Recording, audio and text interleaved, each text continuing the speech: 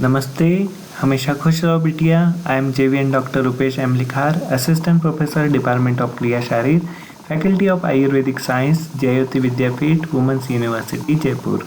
Today we will discuss the topic prakriti. Let's start with nirukti. प्रकृतिस्तु स्वभावः। स्वभावम् इति प्रत्यात्मनियत रूपम्। प्रकृति शरीर स्वरूपम्। व्युत्पत्ति प्रकृकर्तरि क्लिच भावादो क्लिन्वा। प्रक्रियते कार्यादिकम नयति प्र प्लस कृ प्लस क्लिन। स्वभाव अथवा तत्व जो तीव्र रूप में प्रकट होता है। आपके स्वभाव में जो तत्व और स्वभाव जो आपका तीव्र रूप से प्रकट होता है उसी को प्रकृति कहा जाता है। This means the entity which intensifies is prakriti. Okay, prakriti means nature or creativity, or prakriti is enumeration of body features internal as well as external. व्यक्ति का मूल स्वभाव ही प्रकृति है अथवा प्रकृति एक तरह से बाह्य व आंतरिक शारीरिक लक्षणों की गणना कही गई है। व्याख्या।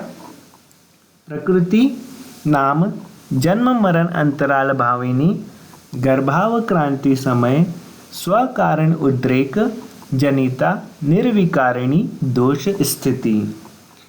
प्रकृति जन्म मरण अंतराल भाविनी अविकारिणी दोष स्थिति प्रकृति मीन्स क्या? इन डेवलपमेंट ऑफ फीटस गर्भावक्रांति समय due to its own reason doshas become intensified.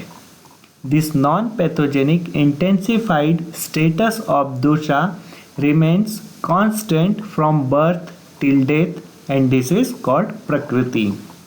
गर्भ के विकास के समय स्वकारण से दोष उद्धृत हो जाते हैं। शरीर की ये उद्धृत हुए दोषों को निर्विकार स्थिति को जन्म से लेकर मृत्यु तक कायम रहती है और इसे ही प्रकृति कहा जाता है। नाउ प्रकृति निर्माण, फॉर्मेशन ऑफ प्रकृति। क्या कहा गया है? सुश्रुत आचार्य ने कहा है शुक्र शोणित संयोगे यो भवेत दोष उत्कट प्रकृति जायते तेन तस्या में लक्षण शृणु। Means what? Prakriti is the organized in accordance to attributes of predominant doshas at the time of sperm ovum union. गर्भाशय में शुक्र व शोणित के संयोग के समय त्रिविध दोषों में से जो दोष उत्कट होता है, जो दोष इंटेंसिफाइड होता है, उसी उत्कट दोषानुसार गर्भ की प्रकृति निर्मित होती है। प्रकृति निर्मापक भाव। तद्यता शुक्र शोणित गर्भाशय प्रकृति, काल गर्भाशय प्रकृति, आतुर आहार विहार प्रकृति, महाभूत विकार प्रकृति च गर्भ शरीरम अपेक्षते। समपित्त अनिल कफ किंचित गर्भादि मानवा दृश्यन्ते वातला किंचित पित्तला श्लेष्मला तथा। प्रकृति किस किस पे डिपेंड करती है? फर्स्ट शुक्र शोणित प्रकृति, स्पर्म एंड ओवम पर। उसके बाद स्पर्म और ओवम, पितृबीज एंड मातृबीज। देन गर्भाशय प्रकृति, गर्भाशय की गर्भ धारण काल के समय गर्भाशय की स्थिति, season and condition of uterus, काल गर्भाशय प्रकृति। देन आतुर आहार विहार प्रकृति, गर्भ संभव काल में माता का आहार विहार, इस पर भी प्रकृति डिपेंड करती है। उसके बाद महाभूत विकार प्रकृति, महाभूत जिनसे मिलकर गर्भ का निर्माण हुआ है, इन सब से मिलकर प्रकृति बनती है या इन सभी पे प्रकृति का निर्माण या प्रकृति डिपेंड करती है। नाउ दोष प्रकृति अपरिवर्तनीयत्व, अनचेंजेबल नेचर ऑफ प्रकृति।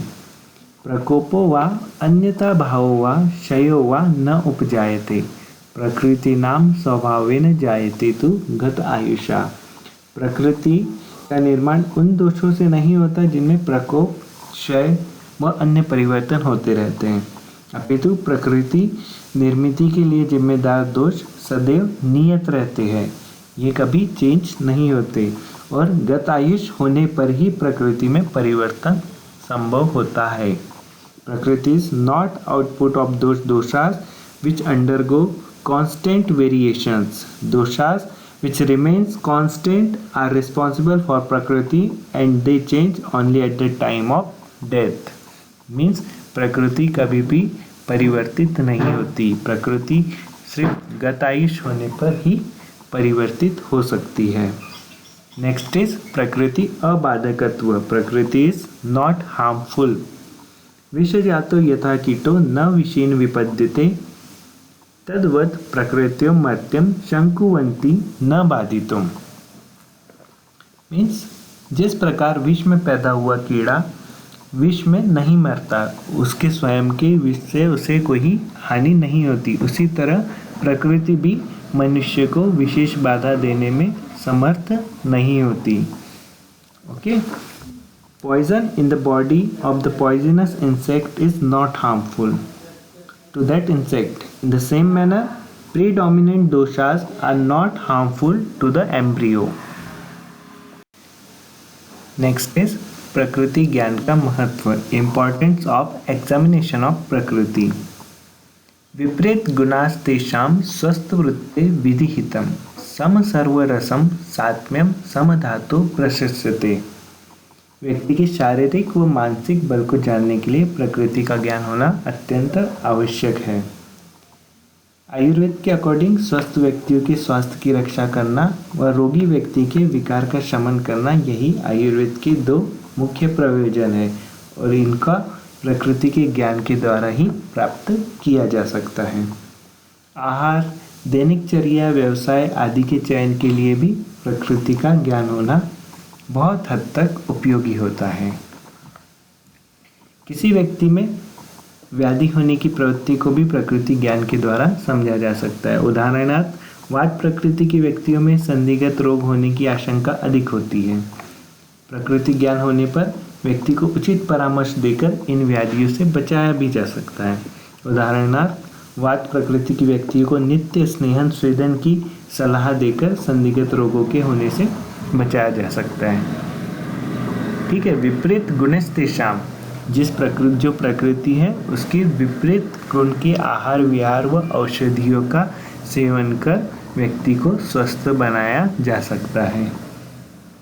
प्रकृति का निर्धारण होने पर रुग्ण को उचित औषध परामर्श भी दिया जा सकता है। जैसे पित्त प्रकृति के रुग्ण को उष्ण व तीक्ष्ण स्वरूप की औषधि नहीं दी जा सकती, इसके अलावा उसे सौम्य स्वरूप की औषधि दिया जा सकती है। So here we end the topic Prakriti, in which we studied निरुक्ति of प्रकृति, definition of प्रकृति, प्रकृति निर्मापक भाव, प्रकृति निर्माण, प्रकृति अपरिवर्तनीयत्व, प्रकृति अबाधकत्वम एंड प्रकृति ज्ञान का महत्व।